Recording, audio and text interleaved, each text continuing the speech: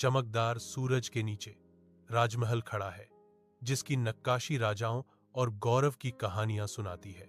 राजा अपनी प्रिय बेटी आरोही के साथ शानदार राजमहल में बैठे हैं, जो सूरजपुर का गौरव है।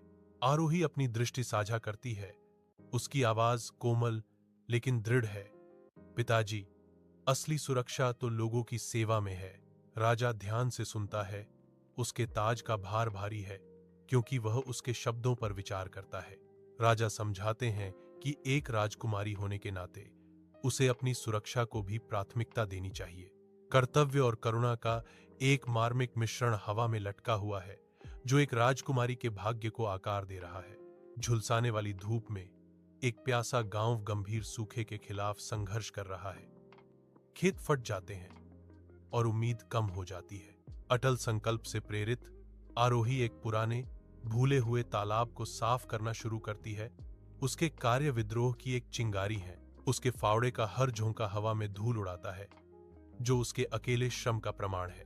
ग्रामीण दूर से देखते हैं। उनके चेहरे संदेह और निराशा से भरे हुए हैं। पुनरुद्धार पर विश्वास करने में हिचकिचाते हैं। आरोही का अथक समर्पण धीरे धीरे उनकी शंकाओं को दूर करता है। उसकी लचीलापन बंजर भूमि में एक प्रकाश स्तंभ है। प्रेरित होकर एक ग्रामीण उससे जुड़ता है, फिर दूसरा और दूसरा। जल्द ही भूमि को फिर से आकार देने के लिए एक सामूहिक प्रयास शुरू होता है। सप्ताह बाद तालाब फिर से भर जाता है और आकाश को दर्शाता है। बादल जमा होते हैं, वादे से भरे हुए। बारिश गिरने लगती है, जीवन देने वाली धारा।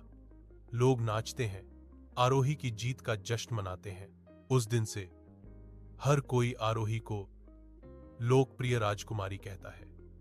कथन कहता है। राजा समझता है, सच्ची ताकत करुणा, एकता और कड़ी मेहनत से खिलती है।